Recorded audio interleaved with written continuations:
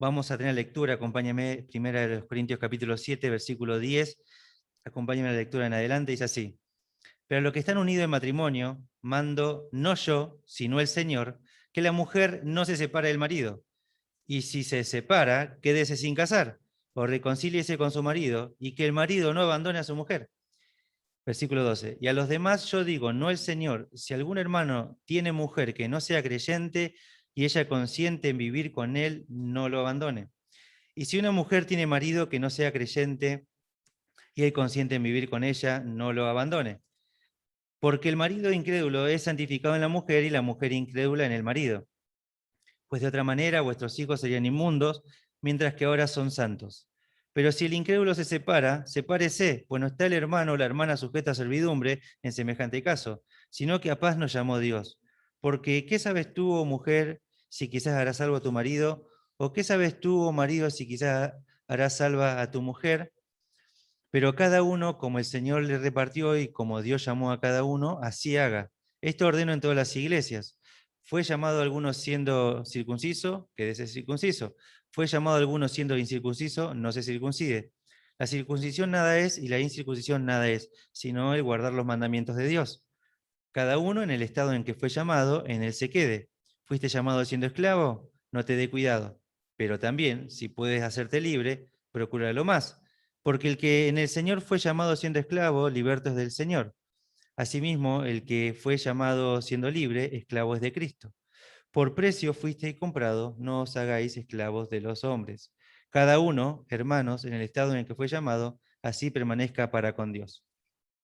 Y entonces acá tenemos a Pablo hablando y respondiendo a estas inquietudes y va a hacer ciertas aclaraciones en cuanto al tema del matrimonio y por eso va a decir en el versículo 10, pero a los que están unidos en matrimonio, mando, no yo, sino el Señor, que la mujer no se separe del marido. Y lo que está diciendo acá es, Pablo está tomando enseñanzas que se entendían que eran así. Hablamos ya y sostenimos bíblicamente que Dios está a favor del matrimonio, ¿sí? Y que aún enseñanzas del Señor Jesucristo iban a favor de todo esto. Entonces, por eso Pablo dice, mando, no yo. Esto no viene de hombre alguno, no viene de alguien que quiere pensar o que evalúa el pecado de las personas, sino que esto proviene de Dios mismo. Esto lo manda el Señor, dice, ¿no? Que la mujer no se separe del marido, y si se separa, quédese sin casar o reconcíliese con su marido, y que el marido no abandone a su mujer. Bueno, acá tenemos, ¿sí? En contexto, recuerden, marco, una iglesia, el marco de esta carta es una iglesia o un grupo de iglesia en Corinto que tenían temas puntuales a resolver. Y es pensar en nombres y apellidos de la congregación. Y bueno, ¿qué pasaría si un matrimonio donde los dos son creyentes, ¿sí? Alguno se quiere separar? Podemos ampliar, si queremos, en todo matrimonio, en todo matrimonio. Pero aún pensar en matrimonio, si vamos a suponer casos reales donde tenemos dos personas que son creyentes y bueno, uno dice, ¿qué hago? Tengo situaciones sin resolver, ¿cómo tenemos problemas matrimoniales? Bueno, en una iglesia Dios pone pastores, Dios pone personas que van a velar sobre el cuidado de los matrimonios. Entonces, creo que la reacción normal es ir a buscar socorro y auxilio a personas que puedan ayudar. ¿Por qué? Si Dios ama y protege tanto el matrimonio, hay que trabajar para que eso permanezca así. Y la forma de trabajar es cada uno poniendo lo mejor de sí para salvar el matrimonio y vivir como a Dios le agrada. Y si eso requiere pedir ayuda fuera del matrimonio para que alguien pueda mediar, tiene que ser de esa manera. ¿Sí? Hay que trabajar de tal manera que se mantenga unido el matrimonio y que ninguno quiera separarse. La separación, ¿sí? Para Dios no es una opción, digamos, no es algo que Dios aprueba. Ya hablamos de que Dios aborrece, ¿sí?, el divorcio. Así que Dios no aprueba esto. Entonces dice justamente que hay un mandato del Señor que no tiene que separarse. ¿Sí? Ahora, pasan muchas cosas a veces. ¿Sí? No da especificaciones de qué cosas pueden llegar a ser, pero hay cosas en el matrimonio que han socavado la integridad del matrimonio y están al punto de considerar una separación. Dice, y si se separa, porque bueno, evidentemente no pudo llegar a algo y es inmediata una decisión, y si se separa, ¿qué nos dice la Escritura ahí? Si se separa, ¿qué dice? Quédese sin casar. O la otra opción es reconcíliese con su marido. Y acá lo manda el Señor. Y se establece en este mandamiento, como ya en otros que hemos visto, que no se debería volver a casar. ¿Sí? Bíblicamente ya hemos planteado que Dios aborrece el divorcio, pero no solo eso, sino que el mandamiento de Dios es que no se vuelva a casar. Dios es muy claro con esto. Entonces, bueno, así suena fácil en teoría, ¿no? Suena tan fácil que bueno, que es así, ¿no? Pero, claro, este matrimonio estaba completamente destruido, hay una confrontación y ninguno quiere cambiar, están tercos en su pecado y se quieren divorciar, ¿no? Y uno le dice, pero mirá que no te puedes volver a casar, ¿eh? ¿Qué es lo que tiene esa persona en mente? Todo el infierno que estuvo viviendo recientemente. Entonces, ¿qué dice? No, yo ni loco, ni loca me vuelvo a casar. Es así o no es así, porque mira ese infierno presente. Nunca más, no, no, no. Sí. Se divorcian. Pasan los años, ¿sí? Pasan los años y comienza a sentir mariposa en el estómago por otra persona, ¿no? Oh, pero ¿sabés qué? Justo ahora que estoy orando para que Dios me guíe en decisiones, y se usa estoy orando, ¿no? con apariencia de piedad, ¿no? Y comienza a plantar un escenario donde dice, no, pero lo que pasa es que yo tengo sentimientos y que no tengo que no es bueno que el hombre esté solo, y comienza ¿no? Todos los argumentos para llegar al punto de estoy orando por otra persona. ¿Sí? Y lo que vemos acá es, vemos la escritura y dice, quédese sin casar. Y no lo manda Pablo, no lo manda la Iglesia Bíblica Misionera, no lo manda iglesias legalistas, sino que Dios mismo manda a los hombres que no se vuelvan a casar. Y las mujeres, lógicamente, ¿no? Dice, bueno, si aún cambiás de parecer después de que querés y que ves la necesidad de estar con alguien, bueno, mirá hacia atrás y recordá la persona con la que estuviste casado y que hiciste un pacto con Dios. ¿Y qué tenés que hacer? Reconcíliese con su marido.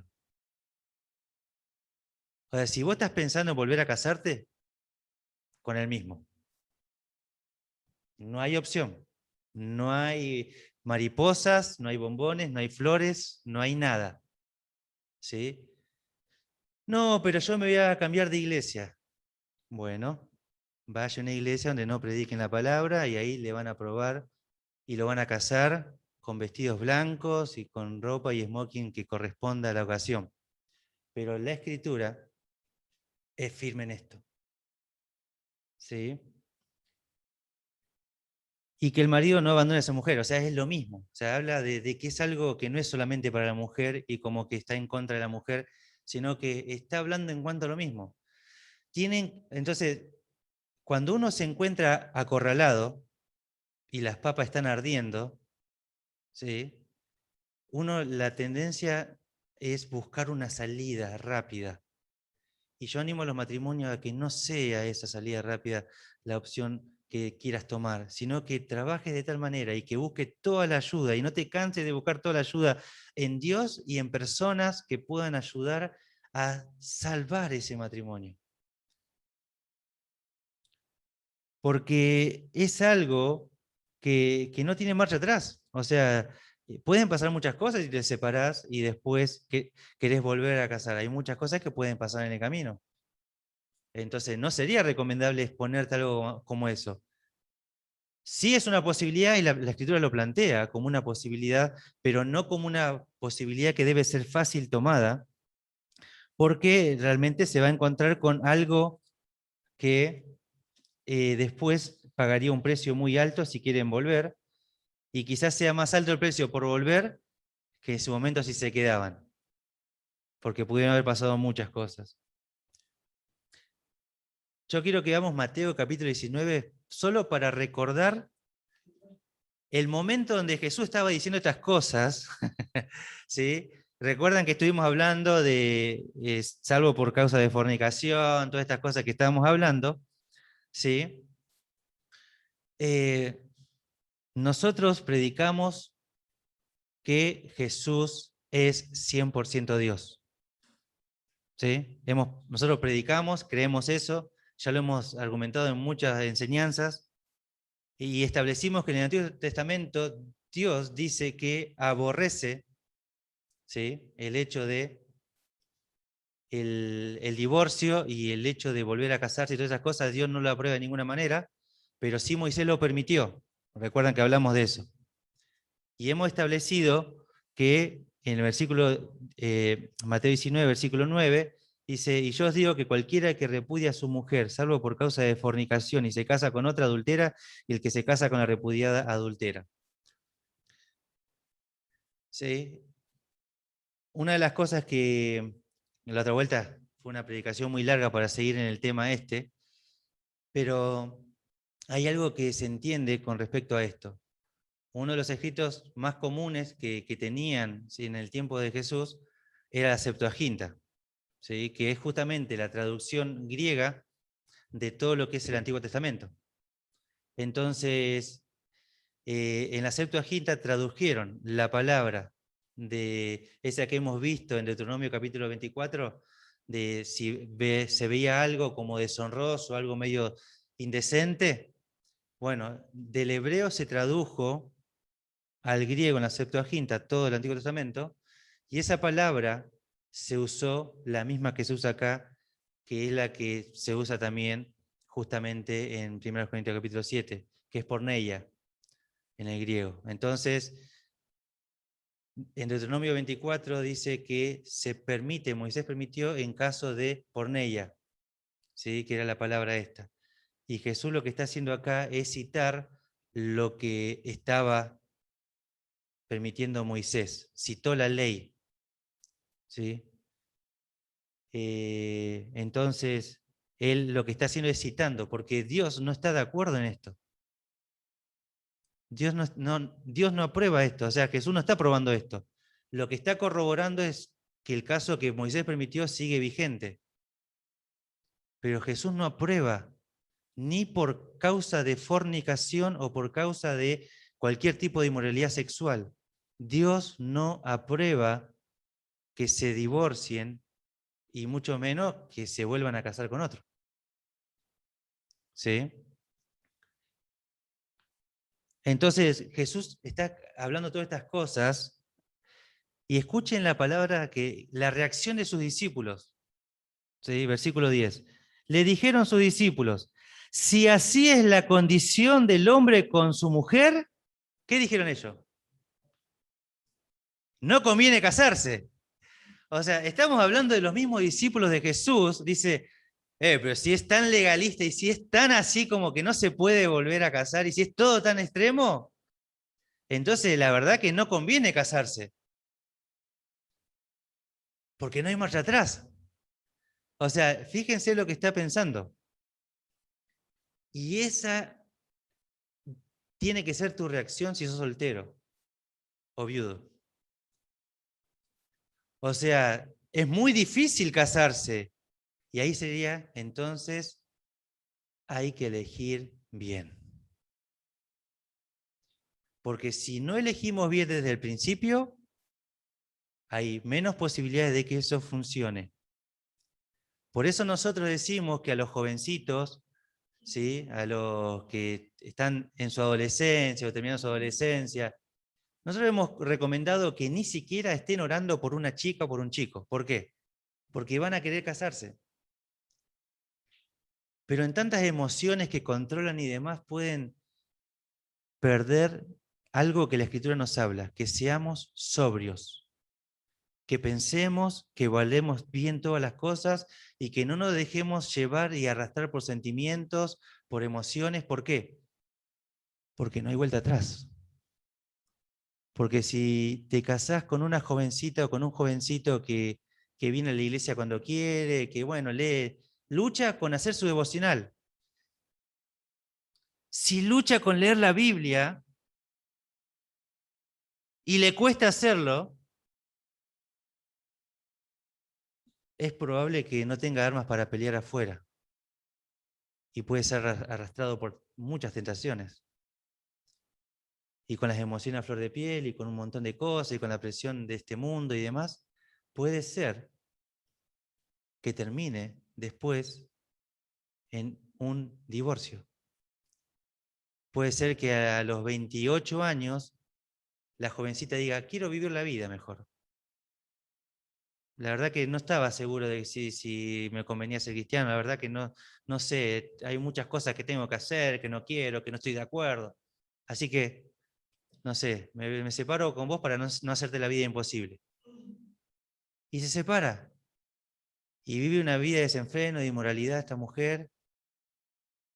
Y el muchacho queda a sus 28 años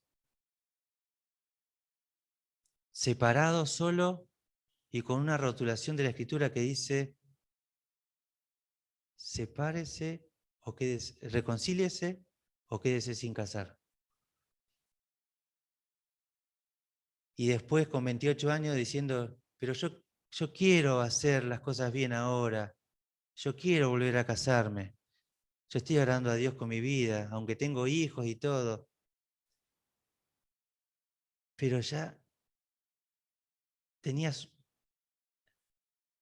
el arma que tenías solo tenía una sola bala y ya la gastaste. ¿Y ahora?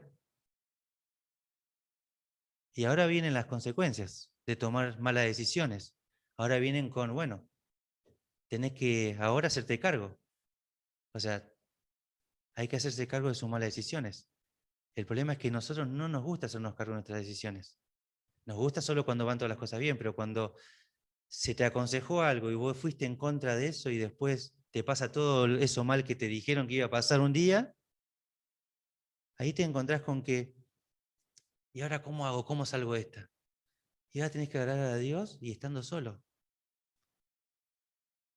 ¿Y qué? Tengo 28 años. Hasta los 60, 70 años tengo que estar solo. Y por ahí te tengas que morir solo. ¿Pero por qué? Dios que no me ama, Dios no. Sí, Dios te ama, Dios pensó en vos y Dios te estableció marcos en los cuales vos tenías que velar para tomar decisiones sabias y no las tomaste. Rechazaste todo lo que vino de Dios. Ahora, las consecuencias de tu extravío están ahora. Y hay que aprender a vivir con ello. ¿Y qué tengo que apartarme, volver a casar y después venir a la iglesia? Y hacer lo que quiera, pero igual sigue siendo vigente que tu vida no tiene que vivir acorde a todos los privilegios que la Escritura nos habla del diaconado, del pastorado, ni nada. ¿Por qué?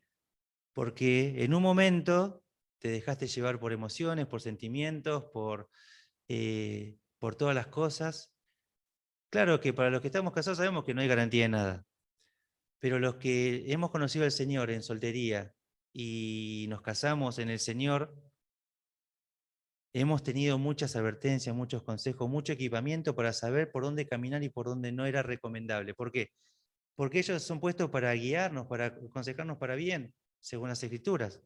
Ahora, si usamos todo tipo de ayuda de Dios y que Dios estableció para su iglesia, y bueno, después vendrán las consecuencias y después la frase del mundo, a llorar atrás de la iglesia. Acá tenemos una iglesia, así que hay lugar ahí.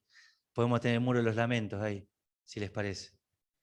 Por eso, los discípulos dicen, si así es la condición del hombre con su mujer, no conviene casarse. Lo que está diciendo hay que pensarlo bien, no es algo fácil. Y no, no es algo fácil, es algo serio. Es una de las decisiones más importantes de tu vida cristiana. ¿Con quién te vas a casar? Entonces, no te apures porque puede salir mal. Entonces, y les digo algo que puede sonar y que por ahí creo que puede generar debate y en la semana voy a estar disponible para responder, pero les digo algo, ¿sí? Si, si hay una situación donde un chico y una chica caen en inmoralidad sexual, en fornicación, y queda embarazada la señorita, no están obligados a casarse.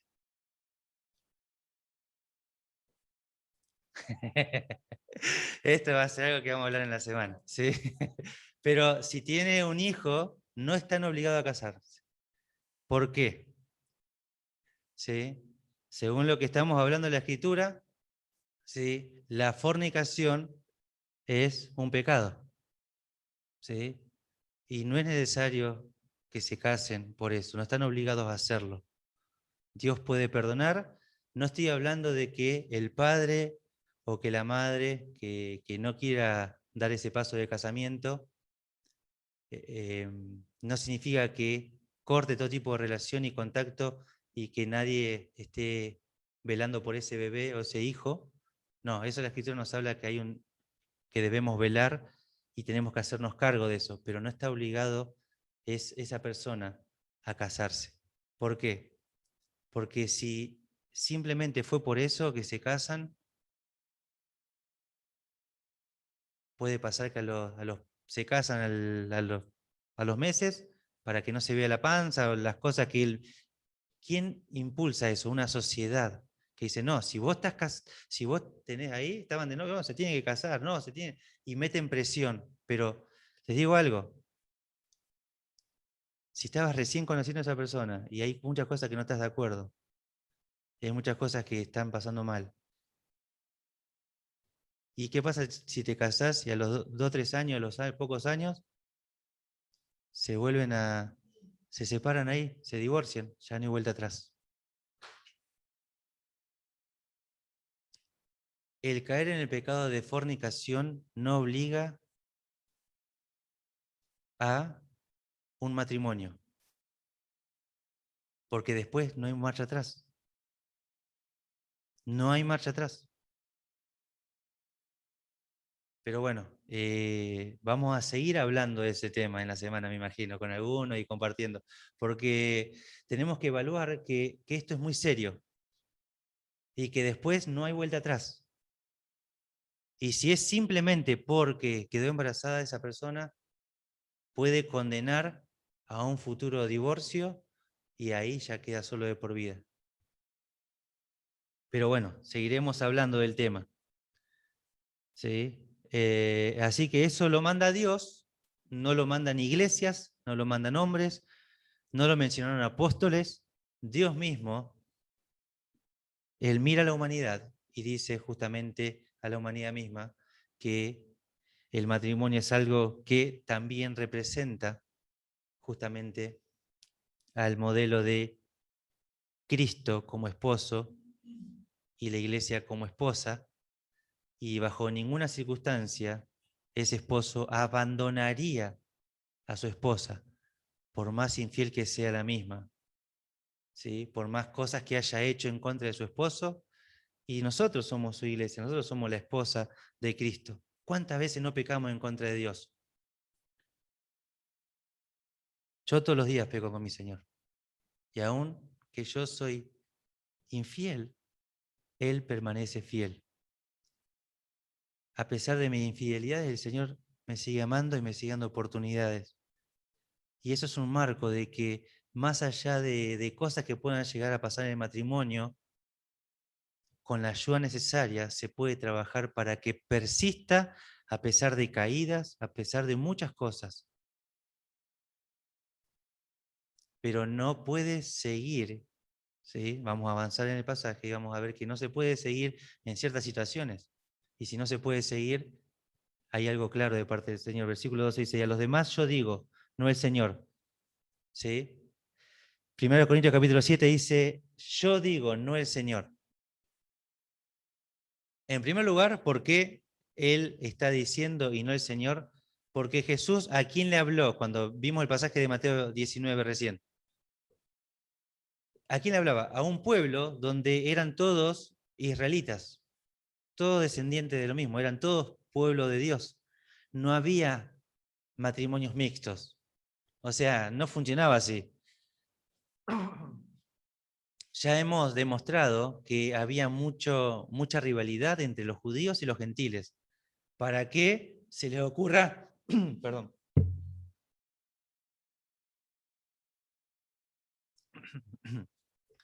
que se les ocurra casarse en matrimonio mixto? Entonces, el Señor Jesús no dejó enseñanzas claras para todas estas cosas. Recuerden que Pablo está escribiendo estas cartas y que todavía los evangelios no se habían escrito.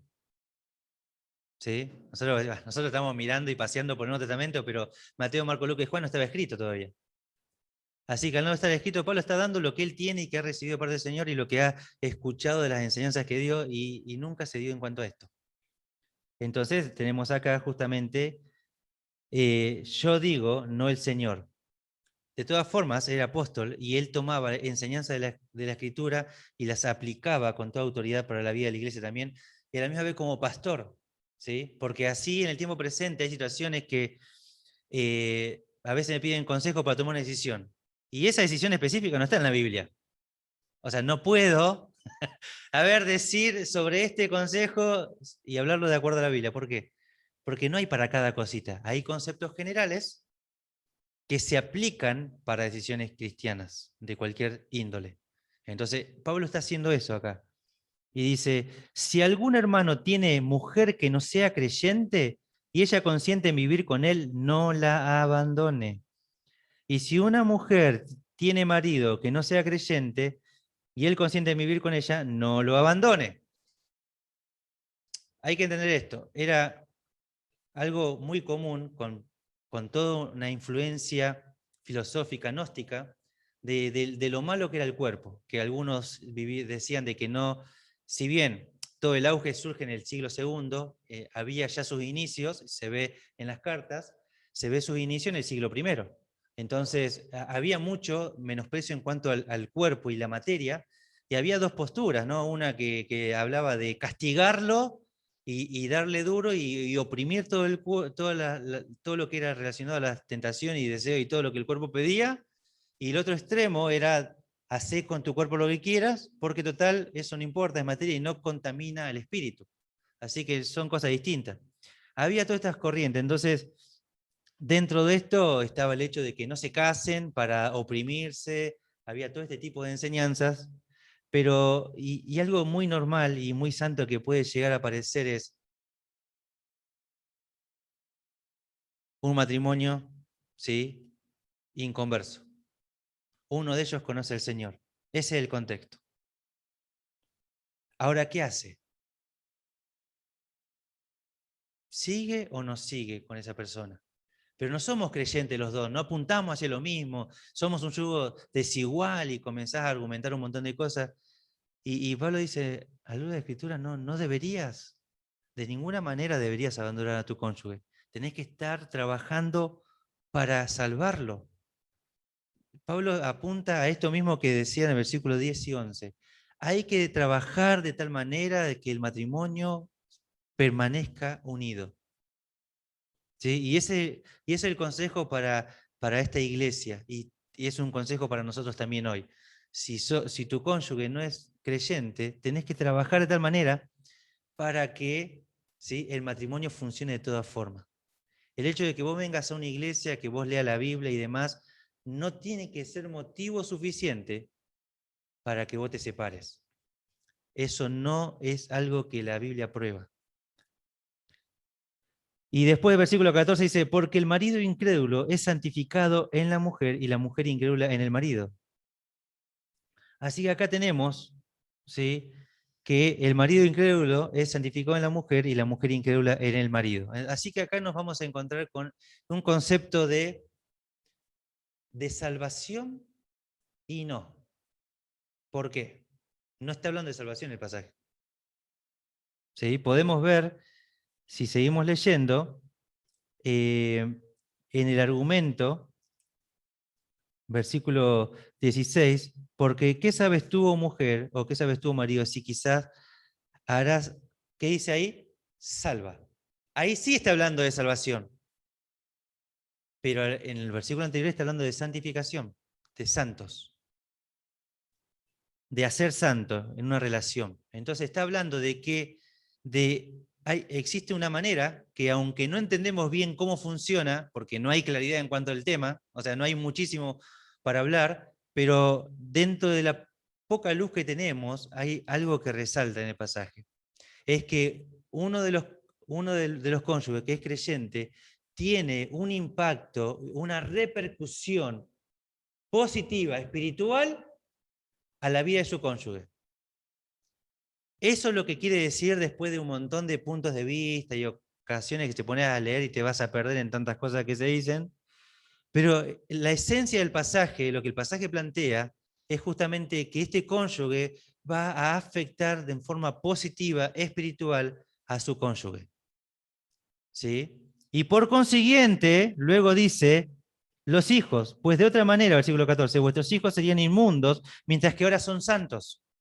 O sea, no dice son salvos, sino santos.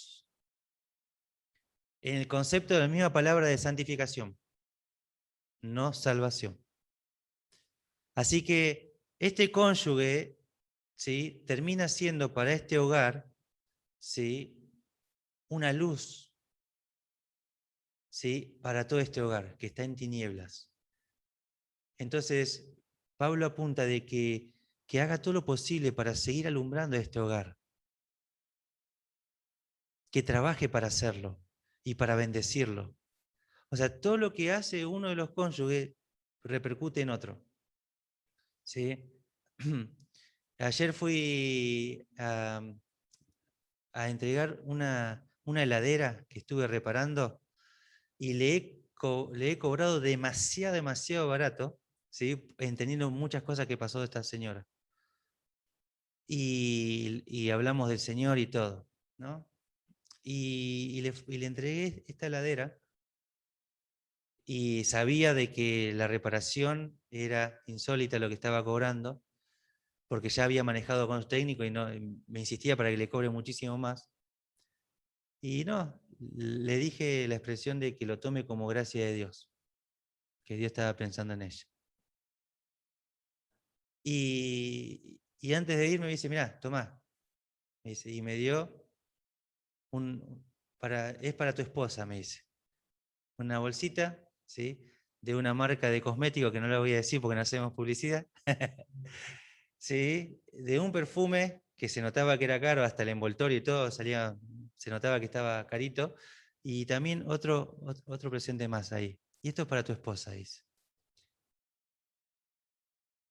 Aunque yo ni sabía que estaba con eso, ni tampoco lo hice por eso, lo hice por un trabajo, pero ella me dio esto para mi esposa. Obviamente que mi esposa contenta con ese perfume, ¿no? Lógicamente, pero ¿qué tuvo ahí? Mi trabajo tuvo un efecto positivo ¿para quién? Para mi esposa, que no fue a trabajar, que no hizo lo que yo hice, nada, pero le llegó a ella. ¿Sí? Y el pasaje nos habla de algo como esto, o sea, este cónyuge va a recibir de parte de Dios bendiciones por añadidura, no por su incredulidad, por su vida pecaminosa, su rebeldía a Dios, sino porque este creyente está afectando para bien. Así pasa en los trabajos también. Me ha pasado de estar en trabajo que estaba yendo mal y que estuve compartiendo con ellos, estuvimos trabajando juntos y demás, y el trabajo comenzó a levantarse. La persona no tenía nada que ver con el Evangelio. ¿Por qué? Porque Dios bendice a los suyos. Dios bendice a los suyos. ¿Se acuerdan cuando José llega a después de todas unas cosas que era un sistema bastante feo y de injusticia y demás, y llega a gobernar una nación y en un tiempo de tanta pobreza y escasez, Dios bendijo a Egipto, que siempre representó todo lo negativo para el pueblo de Dios? Pero en ese momento, como había alguien que estaba cumpliendo propósitos eternos de Dios, Dios bendijo a todo un imperio pagano. Con Nabucodonosor, Daniel, seguimos hablando, es el mismo concepto. Siempre donde hay parte del pueblo de Dios, hay una bendición que llega por añadidura a su entorno, a su alrededor. Y Pablo apunta a este concepto, ¿sí? Y usa la palabra santificación. Y después dice algo, versículo 15, ¿no? Deja bien claro acá. Pero si el incrédulo se separa, sepárese, pues no está el hermano o la hermana sujeta a servidumbre en semejante caso, sino que a paz nos llamó Dios. Claro, porque puede haber que hay dentro de este matrimonio, por más de todo el esfuerzo que se haga y que se busca alumbrar y que se busca agradar a Dios, y a pesar de todas las cosas que comienza a hacer, a pesar de todo el esfuerzo que se hace, aún así, el incrédulo no quiere continuar con esa relación. Pablo dice que se separe.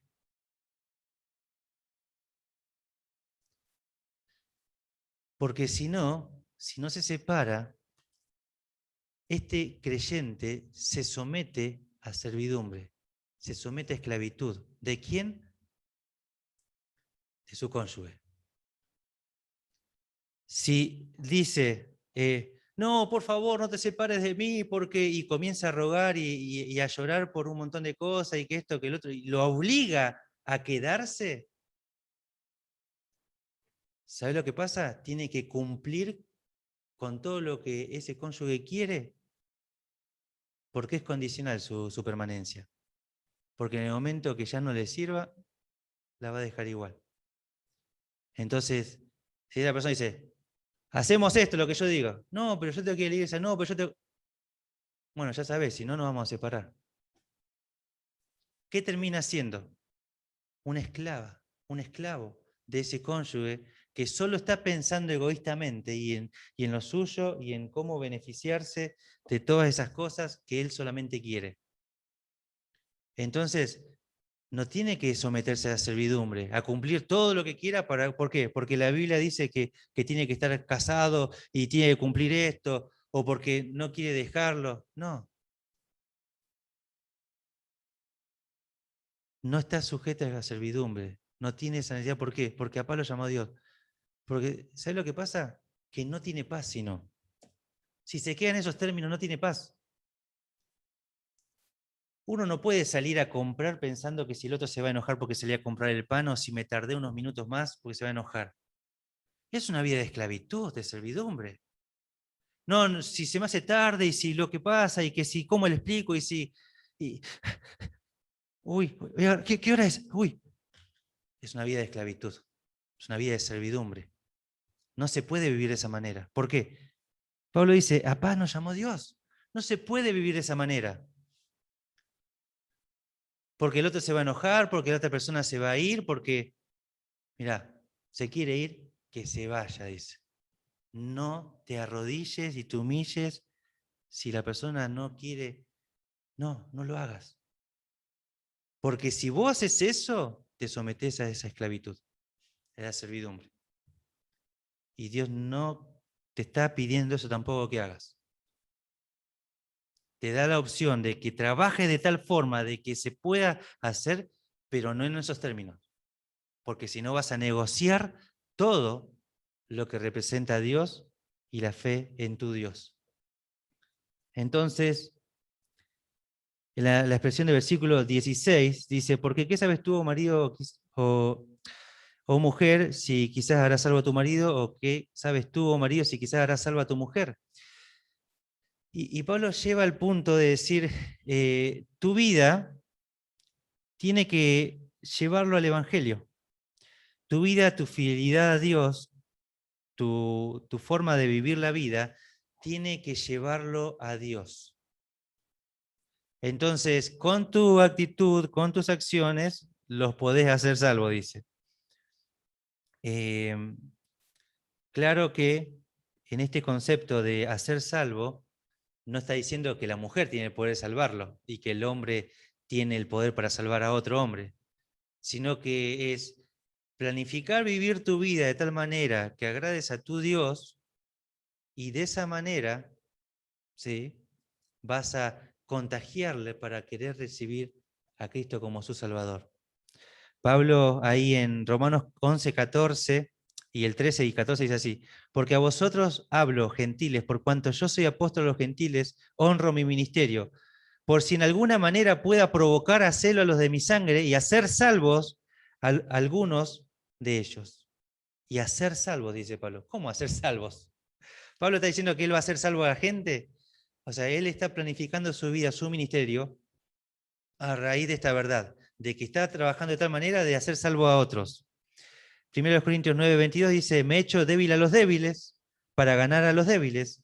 A todos me he hecho de todo para que de todos modos salve a algunos. O sea, son pasajes que muestran de que el hombre puede trabajar con su vida, con su conducta, con su mensaje, de tal manera que personas pueden ser atraídas hacia ese mensaje salvador que apunta a Cristo. Entonces, leyendo por ahí el pasaje de Primera de Pedro capítulo 3, ¿sí?, que habla de la esposa, pero también es válido para el esposo creyente, porque se aplica lo mismo, dice 1 Pedro 3.1, asimismo vosotras, mujeres, estad sujetas a vuestros maridos, para que también los que no conocen a la palabra sean ganados sin palabra por la conducta de sus esposas. Así que Pedro hace una ampliación de esto, de cómo puede hacer para este cónyuge ganar y hacer salvo al otro que todavía es incrédulo. ¿Sí? Entonces, viva de tal manera, dice, con su conducta, que no se necesite palabra para que él sea traído al Evangelio y pueda ser salvo. Lógicamente que el marido no tiene que sujetarse a su esposa, sino que debe amarla, porque es el mandamiento para el esposo. Pero se aplica esos conceptos de una conducta de la misma manera. Entonces, Pablo va a argumentar del versículo 17 al 24 el concepto de, pero a cada uno, no voy a detallar como el otro, ¿sí?, porque vamos a ir terminando ya, pero dice, pero cada uno, como el Señor le repartió y como Dios llamó a cada uno, así haga. Esto ordeno en todas las iglesias. Pablo va a dar un argumento que dice, esto lo explico y lo enseño en todas las iglesias y sirve para cualquier tipo de circunstancia, aún dentro del matrimonio, dice. También se aplica. Dice, bueno, Dios te llamó siendo, ¿sí?, esposa o esposo de un incrédulo, ¿sí?,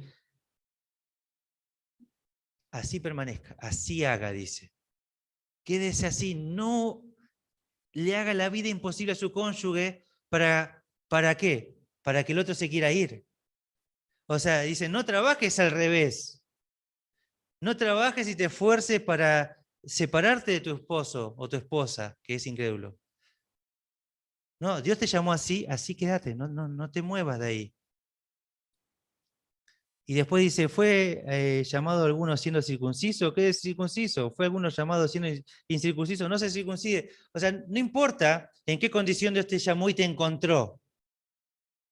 O sea, este mensaje no es la vida nueva que Dios te ofrece, no necesariamente tiene que generar un cambio en tus circunstancias o estados en que te encontrás.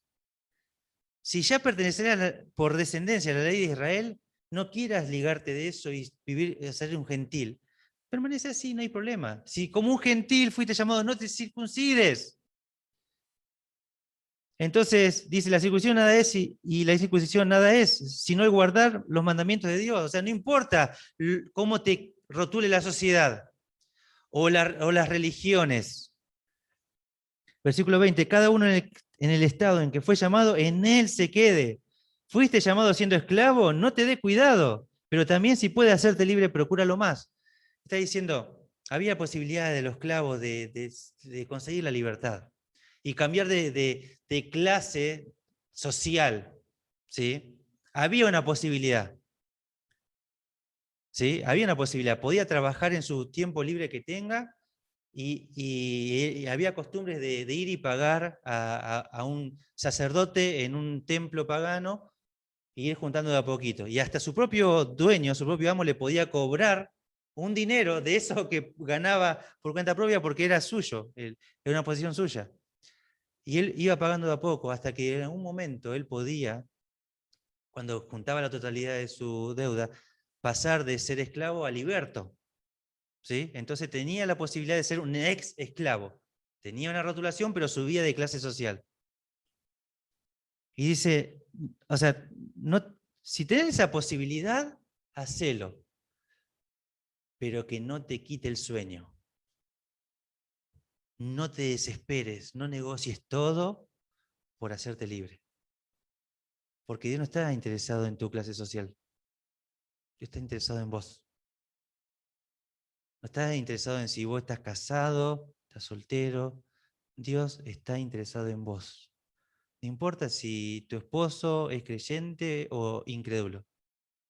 Dios está interesado en vos, en que vos vivas el Evangelio en el estado en que te encontrás. Entonces, versículo 23 dice, por precio fuiste comprado, no os hagáis esclavos de los hombres, cada uno, hermanos, en el estado en el que fue llamado, así permanezca para con Dios. El Evangelio no te estás llevando a cambiar de clases sociales. Y si eso te desespera, y si eso te lleva a negociar la familia, si te llega a negociar todos tus deberes como hijo de Dios, si por eso, por cambiar de clase social, terminás negociando lo que Dios te manda hacer y no podés vivir la vida cristiana en plenitud, eso no proviene de Dios, porque Dios te llamó a paz, a disfrutar, a vivir a Cristo. Es en el estado en el que fuiste llamado, eso es lo importante, que vos en tu relación con Dios le des el lugar a Dios. Y eso es lo más importante, que Él transforme tu vida de adentro y que puedas bendecir a tu alrededor, pero no necesariamente es cambiarte de todo lo que el mundo te va a llegar a decir. Lo importante, ¿sí? Como dice ahí justamente en el versículo 19, no importan estas cosas, sino el guardar los mandamientos de Dios, vivir una vida como a Dios le agrada. Eso es lo que importa por sobre todas las cosas. Así que viví el Evangelio de tal forma que esto sea verdad y que sea real. Que no te afane lo del mundo, que no te afane toda la presión que te ponen de afuera. Viví libre. Tenemos que aprender a vivir en libertad, ¿sí? Porque acá justamente dice que liberto, versículo 22, es del Señor. Lo que vos tenés que estar tranquilo es que Dios ya te hizo libre. Así que viví en esa libertad a la que fuiste llamados, como diría Gálatas. Vamos a concluir orando en esta mañana y quiero que termines pensando justamente en esto. Que más allá de tu situación en la que te puedas llegar a encontrar, estás soltero, estás casado, estás viudo, viuda, si tu cónyuge no conoce al Señor todavía, esto es lo que Dios dice para tu vida y Dios está hablando justamente que más allá de todo lo que te rodea, lo que importa es guardar los mandamientos de Dios, vivir conforme al Evangelio de Dios. Gracias, Padre, por tu palabra. Gracias porque en ella siempre encontramos todo lo necesario para nuestra vida cristiana. Gracias porque nos hace bien oír tu palabra y porque podemos disfrutar de ella cada día, Señor, y podemos estudiarla semanalmente. Gracias te damos por todo esto. En el nombre de Cristo Jesús. Amén.